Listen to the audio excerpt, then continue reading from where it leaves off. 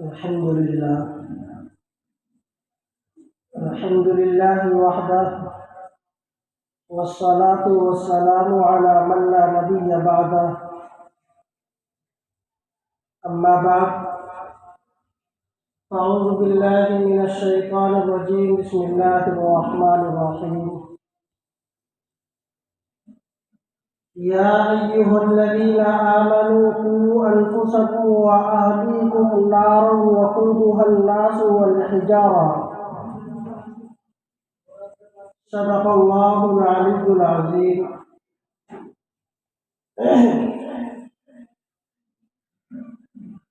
محترم بزرگوں اور دوستوں، میں نے آپ حضرات کے سامنے قرآن کریم کی آیت کا جو تلاوت کیا ہے، آج کل ہم اپنے گھر والوں سے اور اپنے بال بچوں سے محبت تو کرتے ہیں، لیکن محبت کرنے کا انداز ہمارا دوسرا ہے۔ جس اعتبار سے ہمیں بچوں سے محبت ہونی چاہیے تھی، اس اعتبار سے ہم نے بچوں سے محبت نہیں کی ہے۔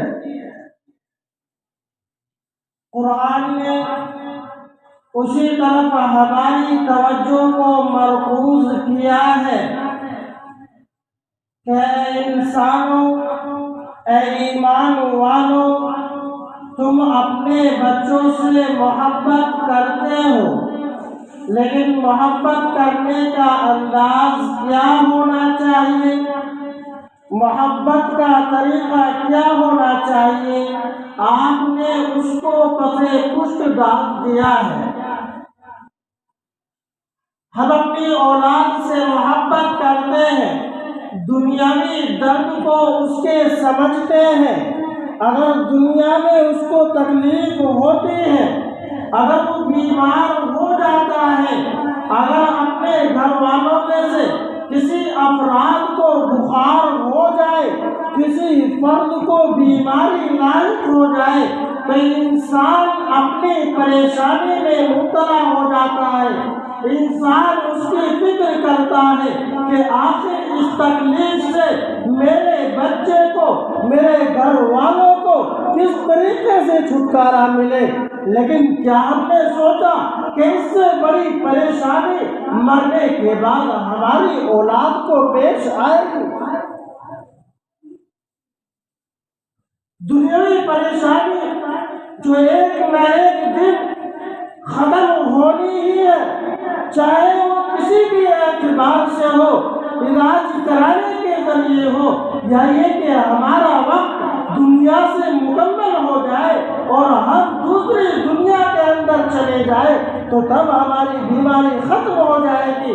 لیکن یاد رکھو، قرآن ہمیں اس بیماری سے ڈرا رہا ہے، اس بیماری سے آگاہ کر رہا ہے جو مرنے کے بعد ہم کو پیش آنے والی ہے۔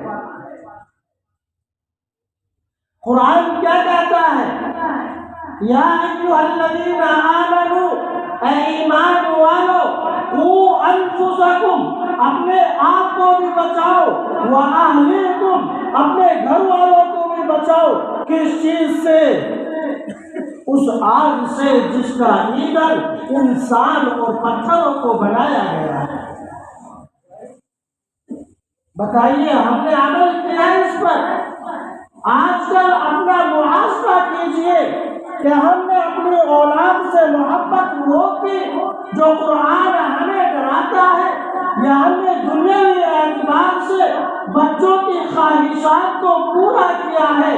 اگر بچہ ہم سے کسی چیز کی خواہش کرتا ہے، چاہے اس کے اندر گناہ ہی کیوں نہ ہو، چاہے اس کے اندر شریعت کی مخالفت ہی کیوں نہ ہو، چاہے اس کے اندر قرآن کی مخالفت کیوں نہ ہو، ہم نے بتاؤ اپنی اولاد کی خواہشوں کو پورا کیا یا نہیں کیا ہے؟ ہماری اولاد نے خواہش کی مجھے پورا اسکول کے اندر پڑھنا ہے، ہماری اولاد نے خواہش کی مجھے تعلیم حاصل کرنی ہے، ماں باپ نے یہ سوچتے ہوئے کہ دنیاوی زندگی اس کی سمجھ جائے گی، دنیاوی زندگی اس کی بن جائے گی، اس کو وہاں پر بھیجا، کپڑے آدھے بٹائے، کپڑوں سے ننگا کیا، کیا بتائیے یہ اس کی خواہش تھی یا نہیں تھی؟ اور ماں باپ نے اس کو پورا کیا یا نہیں کیا؟ یہ خواہش کہاں لے کر جائے گی؟ کیا ہم نے اپنی اولاد کے ساتھ بھلا کیا؟ کیا ہم نے اپنی اولاد کے ساتھ محبت کا حق ادا کیا؟ ہرگز نہیں کیا، بلکہ ہم نے اپنی اولاد کے ساتھ دشمنی والا برتاؤ کیا۔ اگر آپ ایسی خواہش کو پورا کرنا چاہتے ہیں، اگر آپ ایسے مطالبات کو پورا کرنا چاہتے ہیں اپنی اولاد کے کہ میری اولاد کو خوشی ملنی چاہیے، چاہے وہ آخرت میں جنت میں جائے نہ جائے، ان مطالبات کو پورا کر کے تم کبھی کامیاب نہیں ہو سکتے۔ مسلمانوں، کچھ تو غور کرو، کچھ تو ہوش کے ناخن لو۔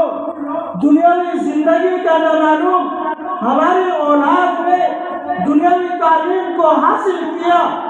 بعض مرتبہ ایسا ہوتا ہے کہ فلاں کا لڑکا ڈاکٹری پڑھ رہا ہے، فلاں کا لڑکا انجینئرنگ پڑھ رہا ہے، فلاں کا لڑکا وکالت پڑھ رہا ہے۔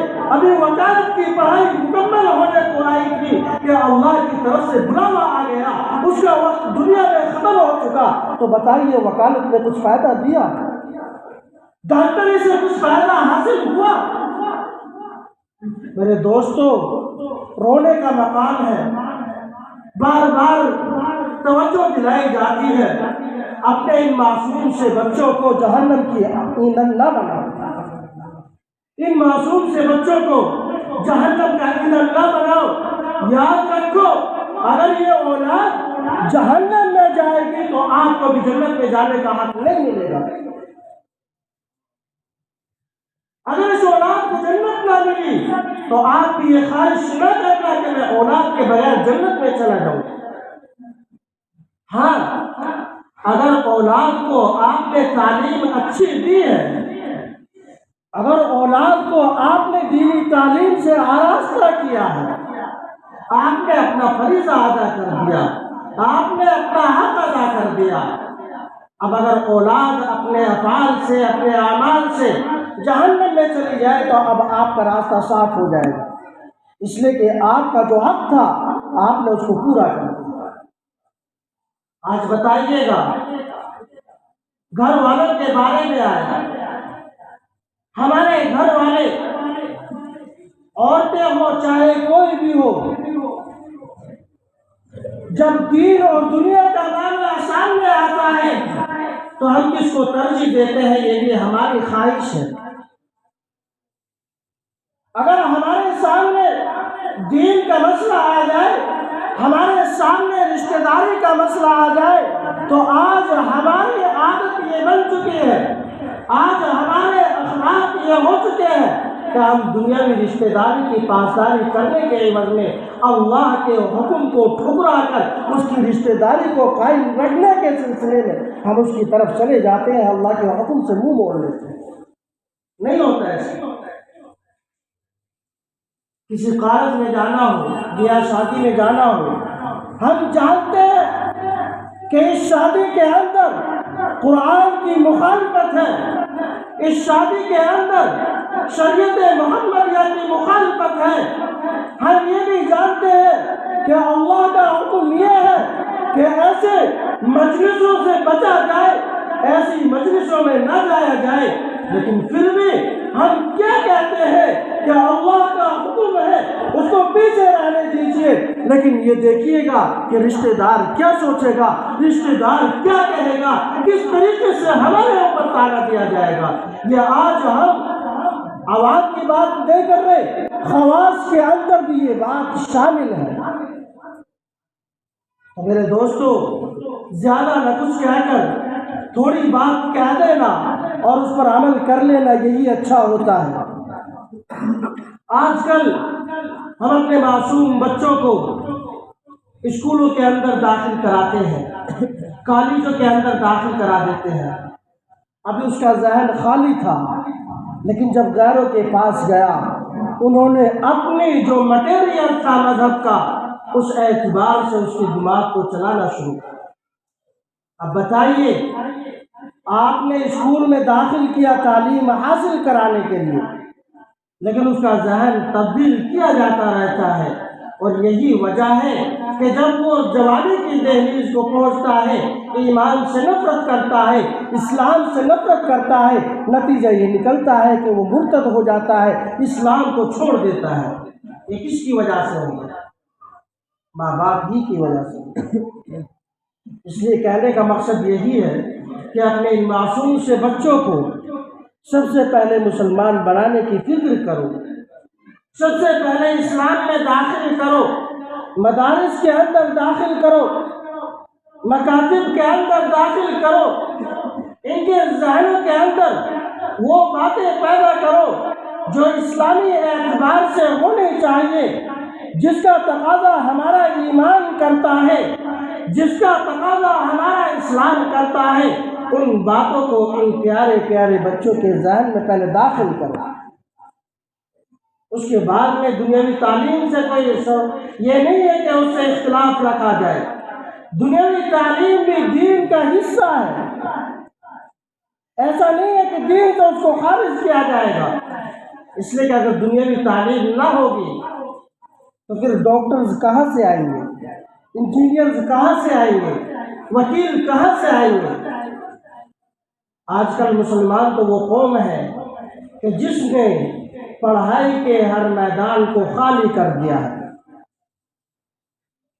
کسی بھی لائن کے اندر مسلمان آگے بڑھنے کے لیے تیار نہیں ہے، اور خاص کر مسلمانوں میں یہ کمی دیکھی جاتی ہے کہ مسلمان لڑکے انٹر کرتے ہیں، گھر پر بیٹھ جاتے ہیں، کام کاج سے لگ جاتے ہیں، اور جو لڑکیاں ہوتی ہیں جنہیں گھر کی زینت بننا چاہیے تھا وہ بھائی کما کر اس لڑکی کو آگے بڑھاتے ہیں۔